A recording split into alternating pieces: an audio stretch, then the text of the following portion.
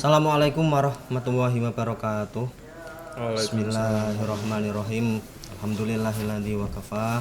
Wassalatu wassalamu ala sayyidil Mustafa wa ala alihi wa sahbihi ahli sidqi wal wafa. Para pemirsa Jambar IT, alhamdulillah kembali lagi bersama kami dalam podcast bulan Ramadan ini.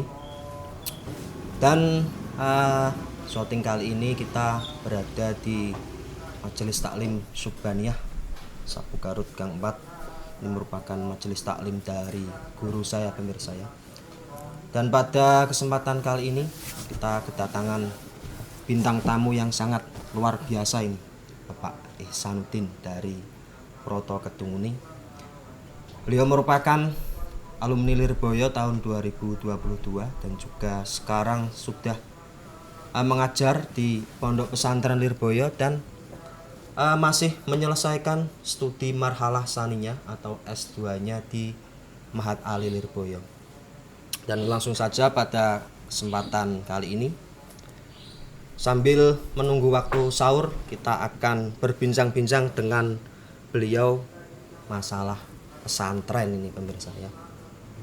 Gimana kabarnya ini Bapak Ihsan? Alhamdulillah. Alhamdulillah Sehat. sehat. Aktivitas selama bulan Ramadan apa ini? Selama ini? Ya diusahakan yang positif-positif lah. Oh, aktivitas panjenengan? Ya Selama seperti bulan Ramadan. halnya orang-orang yang lainnya lah, normal-normal saja sih. Nggak yang terlalu wah. Oh iya iya. Berbicara tentang masalah pesantren ini Pak Ihsan ya. Oh iya. Jadi apa namanya? Panjenengan itu mondok di Lirboyo sudah berapa tahun Pak Ihsan? Berarti 12 tahun sudah lumayan tuh. Sudah 12 tahun ya. Itu sudah menghitung ngabdi ya, sudah menghitung hikmah panjenengan. Ya keseluruhan lah total 12 Keseluruhan tahun. sudah 12 tahun. Ini begini Pak Ihsan, sampean panjenengan ini sudah mondok kurang lebih lah selama 12 tahun. Nah itu sebenarnya seberapa pentingkah pesantren bagi anak-anak? Karena kan selain pendidikan di pesantren sekarang itu juga banyak lah, seperti halnya madrasah ataupun majelis taklim ataupun sekolah formal. Nah itu tapi ketika sampean menjalaninya di pondok pesantren ini, kira-kira seberapa pentingkah pesantren itu bagi anak-anak Pak Ihsan? Seperti itu. Mungkin bisa Kalau- dijelaskan ke pemirsa Jambar ID. Kalau ditanya seberapa penting, tentunya sangat-sangat penting. Apalagi kan anak itu sebuah aset berharga Ya. yang nanti andaikan kita sudah tidak ada, itu bisa menjadi penyelamat. Karena salah satu hal yang tidak terputus kan salah satunya diantaranya doa anak soleh. Seperti itu. Waladun soleh gitu Pak Iya. Ihsan ya.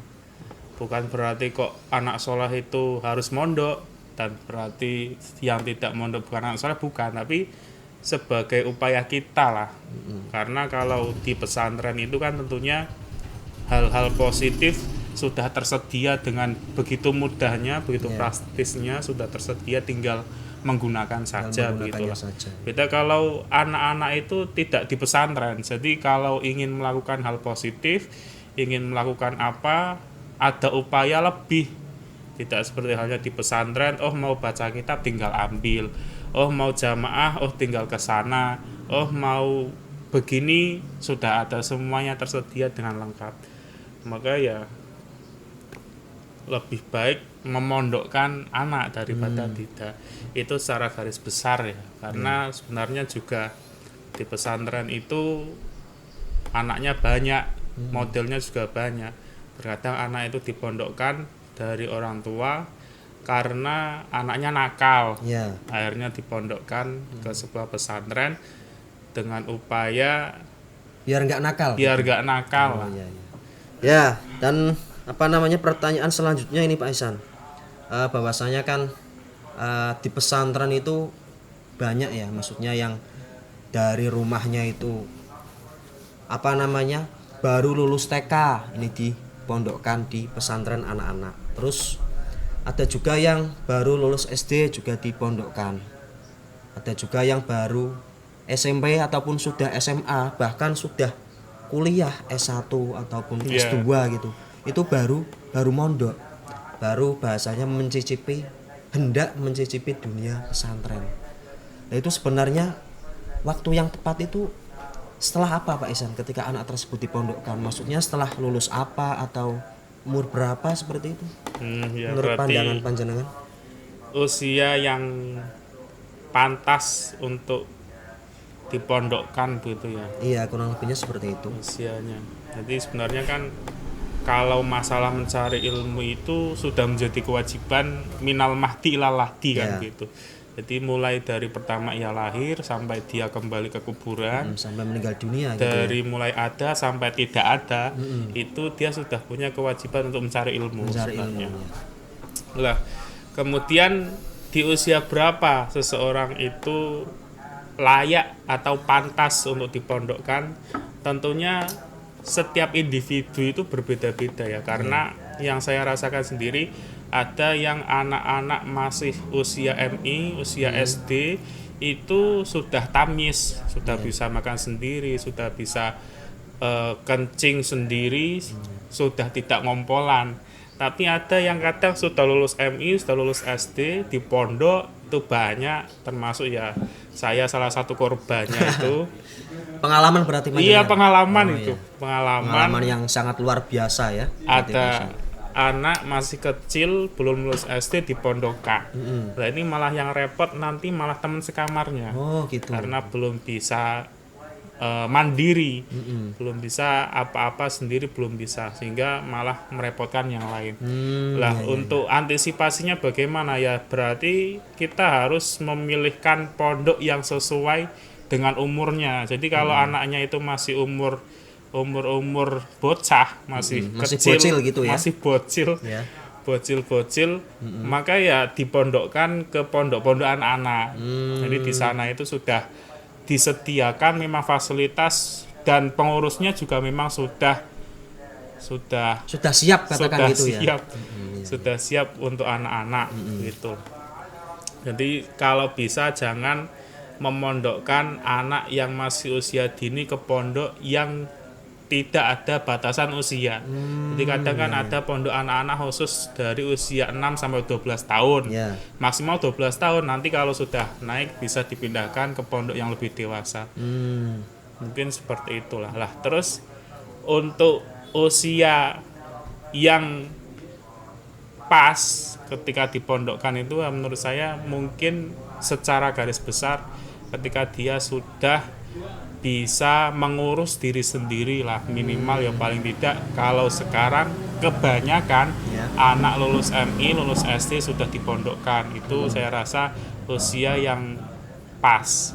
Atau kalau mungkin sekiranya lulus MI, lulus SD belum bisa mengurus urusan pribadi, belum bisa mandiri, maka ya sebaiknya ditunggu sampai lulus MTS atau SMP. Karena kadang kalau anaknya masih lulus MI, lulus SD, masih sering dikerjain sama teman-teman yang lebih tua, belum bisa mengontrol diri sendiri, terus juga biasanya masalah keuangan dan masalah yang lainnya belum bisa menjaga, gitu. belum bisa mengatur. Ya begitulah kurang lebih. Tapi misalkan ada itu yang bahasanya mondok, bahasanya terlalu over, bahasanya terlalu Sudah tua baru tua mondok. baru mondok gitu ya. Misalkan sudah lulus S1 atau S2 itu tanggapan panjenengan gimana? Kalau tanggapan saya pribadi ya sebenarnya kan masalah kewajiban itu tidak ada kata telat, sebenarnya seperti itu, nggak telat. Jadi mau usia berapapun, meskipun dia sudah S1, S2, kok dia baru mendapatkan keinginan untuk mondok, ya itu baik, karena lebih baik terlambat daripada tidak sama sekali kan begitu. Daripada nggak mencoba sama sekali Iya. gitu ya. Tapi juga perlu digarisbawahi karena terkadang ada orang yang sudah punya kewajiban lain, tapi kemudian kewajiban itu ditinggalkan untuk mencari ilmu di pondok pesantren. Karena contohnya ya begini, kemarin itu saya dapat pertanyaan, Mas, saya sudah punya anak, sudah punya istri, tapi pengen mondok lagi. Lah itu kan Padahal di Kalau rumah sudah mempunyai kewajiban ya. iya, padahal dia punya kewajiban menafkahi istri, menafkahi anak, sehingga ya itu kewajiban yang harus dia lakukan. Sedangkan untuk Iya, mencari ilmu itu kan hanya ilmu-ilmu hal yang harus dipelajari. Tidak semua ilmu tidak harus mondok. Iya. Dalam artian mencari ilmu itu nggak harus di pondok, tapi juga harus mempertimbangkan hal lain.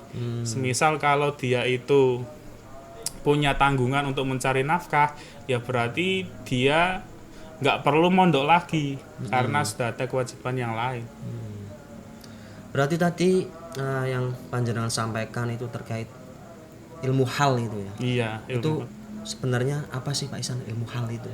masalah ilmu hal ya. Jadi flashback lagi, sebenarnya apa sih kewajiban setiap mukallaf, setiap manusia untuk mencari ilmu itu? Maksudnya adalah setiap hal yang akan dia lakukan, dia harus tahu ilmunya. Oh gitu. Contohnya kalau dia ingin Sholat misalkan. sholat, maka harus tahu tata cara sholat. Oh, Andaikan gitu, dia ingin haji, maka harus tahu syarat rukunnya haji. Iya, iya. Andaikan dia nanti ingin menjadi pebisnis kantoran, iya. maka dia harus menguasai ilmu muamalat dan ilmu-ilmu lainnya. Maka dia nggak perlu mempelajari pelajaran yang lain yang tidak akan dia lakukan. Ya, seperti itu ya. Iya. Dan juga Contohnya semisal dia menjadi penjual di pasar, ya maka dia nggak perlu mempelajari pelajaran akad gadai atau akad yang lain, nggak perlu. iya, Jadi dihususkan untuk jual beli gitu aja iya, ya. cukup mengetahui apa yang akan dia lakukan, lah itu sejauh itu dia harus mencari ilmunya. Jadi tidak wajib semua ilmu itu dicari ataupun tidak wajib dipelajari, semuanya itu nggak wajib. Nggak wajib. Iya. Cuman kalau mengetahui keseluruhannya ya berarti lebih baik. Oh gitu ya. Batas minimal kewajibannya ya cuman itu, sekedar apa yang akan dia kerjakan dia harus tahu. Tapi andaikan dia ingin belajar lebih ya tentunya lebih utama lagi kan. Ya. Terus ini yang terakhir Pak Ihsan, menanggapi problematika yang telah beredar baru-baru ini. Iya.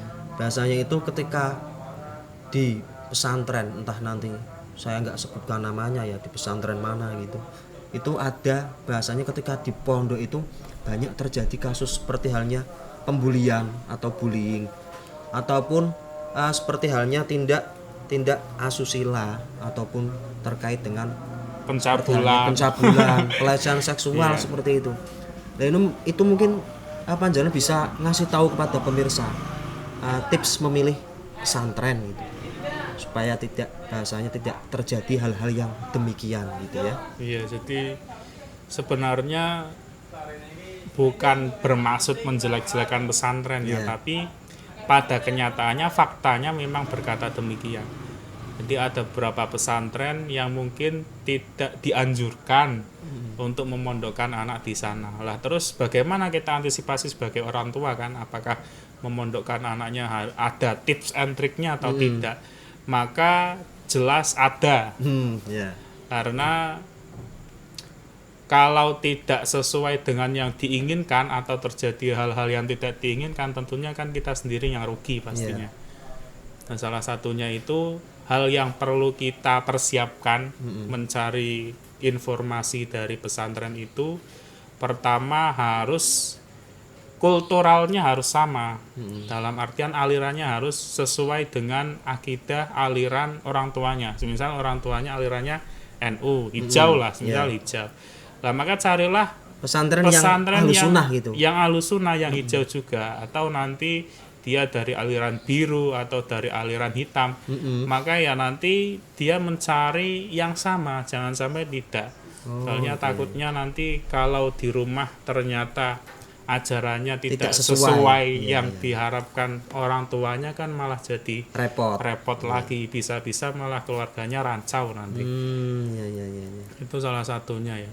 Kemudian juga tipsnya khususnya ketika kita memondokkan anak kecil. Anak Ketika yang masih kecil gitu. Iya, memondokkan anak kecil itu kami rasa yang perlu dipersiapkan adalah dia harus menitipkan anak itu kepada yang lebih tua, yang lebih senior di kamar. Seperti halnya pengurus kamar gitu Pak Isan Iya. ya.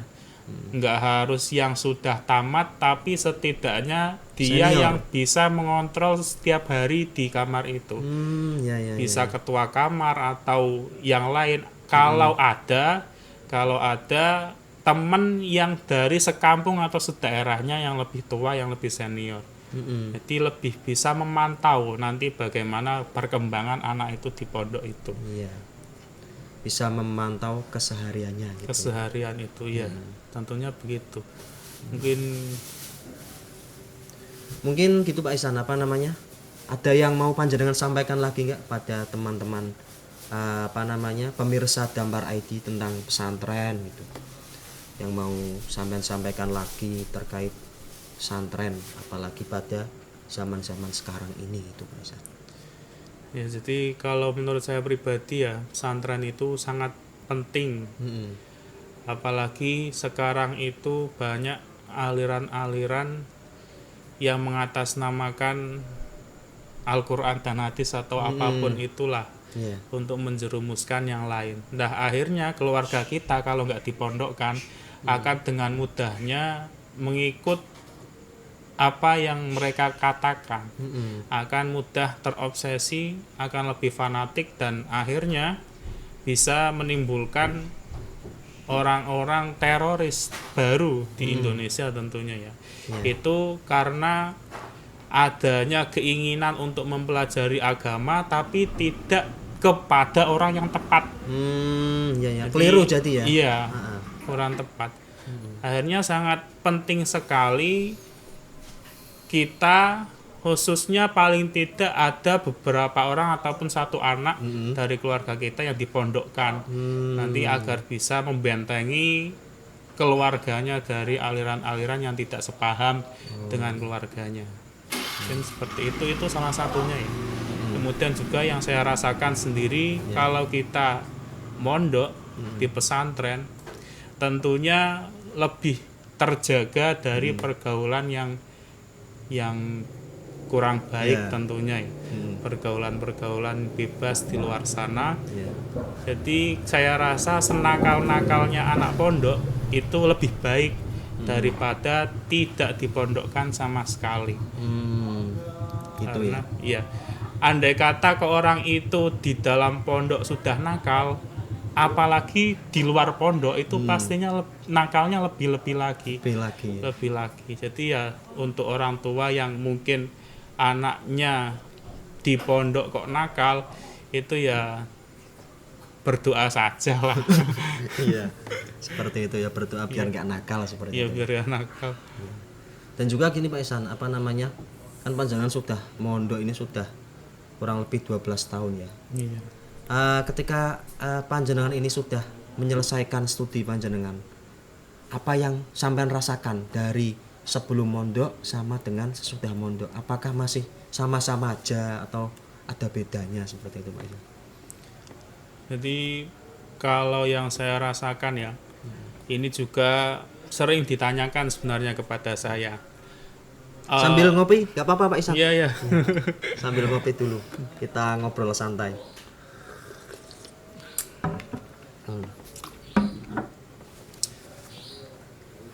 Saya sering mendapat pertanyaan begini. Faedahnya apa sih, Mas? Bedone apa wong sing tamat karo wong sing ora tamat? Ya. Karena terkadang orang itu mondok hanya berapa tahun sudah merasa cukup, ilmu halnya sudah terpenuhi, dia tahu kedepannya dia akan melakukan apa, dia sudah punya bekal, kemudian merasa cukup. Dengan orang yang benar-benar mondok sampai tamat, sampai tuntas, itu bedanya apa? Kalau yang saya rasakan, pertama orang yang mondok sampai tamat itu berarti dia sudah sampai ke klimaks. Dalam artian meskipun dia itu tidak pintar-pintar amat, tapi setidaknya dia sudah mematuhi gurunya Oh iya iya. untuk menuntaskan di jenjang pendidikan pesantren itu. Sudah lulus gitu Sudah ya. lulus Iya. ya. Jadi secara tidak langsung orang itu, anak ini akan dicap sebagai santri yang diakui oleh kiainya. Alumni gitu ya. Iya. Jadi makanya kalau kiai saya sendiri Medris itu pernah dawuh sing penting tamat. Sing penting tamat. Lah akhirnya yang kita rasakan apa kalau sudah tamat? Maka saya akan sangat bangga karena bisa memenuhi apa yang beliau inginkan, Medris itu. Tamat Lirboyo itu. Iya, bukan yang beliau inginkan, maksudnya yang beliau Harapkan. yang Iya, seperti beliau itu. harapkan bisa tamat sampai bisa tamat mondok lah begitu. Kemudian kalau yang saya rasakan selanjutnya adalah saya teringat dawuhnya Mbah Abdul Karim ketika beliau ingin sakaratul maut atau nazak begitu ya. Beliau pesannya cuma satu, ingin diakui santrinya Mbah Khalil. Mbah Khalil. Nah dari sana saya belajar bahwa jadi kalau orang itu bisa tamat, Iya. maka dia lebih bisa gandol sama sarungnya kiainya, Iya, begitulah. seperti itu ya. Jadi ada nilai tersendiri gitu Pak Ihsan. Iya, dan nilai tersendiri. Jadi selain bisa menjadi anak yang dibanggakan oleh kiainya, tapi kita juga bisa bangga dengan gandolan sarungnya Mbah Yai, karena dari Mbah Abdul Karim itu kita bisa mempelajari kita nggak bisa selamat kecuali kita nggak akan bisa selamat kecuali dengan bantuan guru kita, tentunya kan gitu. Begitu. Falau lamu Robi apa kayak Nah, seperti itulah. iya, jadi kalau andaikan orang itu tamat, maka tentunya dia lebih berkah, ilmunya lebih barokah, kemudian juga lebih manfaat, termasuk santri-santri yang diakui oleh kiainya, termasuk santri-santri yang dibanggakan oleh kiainya, kemudian juga termasuk santri yang bisa gandolan dengan sarung kiainya. Sangat istimewa sekali ya, seperti itu tamat itu. Ya mungkin ada lagi Pak Ihsan yang mau disampaikan kepada pemirsa Dambar ID. Cukup ya. Ya gitulah pemirsa ya. Ngobrol kita bersama seputar pondok pesantren, dan jangan lupa bagi pemirsa Dambar ID tetap subscribe, like dan juga komen channel kami, dan juga jangan lupa nyalakan notifikasinya supaya kita bisa mendapatkan info-info terbaru dari Dambar ID seperti itu. Ya mungkin cukup sekian dari kami. Kurang lebihnya mohon maaf yang sebesar-besarnya. Terima kasih Pak Ihsan ya atas wawasan dari panjenengan. Sekian dari kami, semoga bisa bermanfaat. Wallahul muwaffiq ila aqwamit thoriq. Assalamualaikum warahmatullahi wabarakatuh. Waalaikumsalam warahmatullahi wabarakatuh.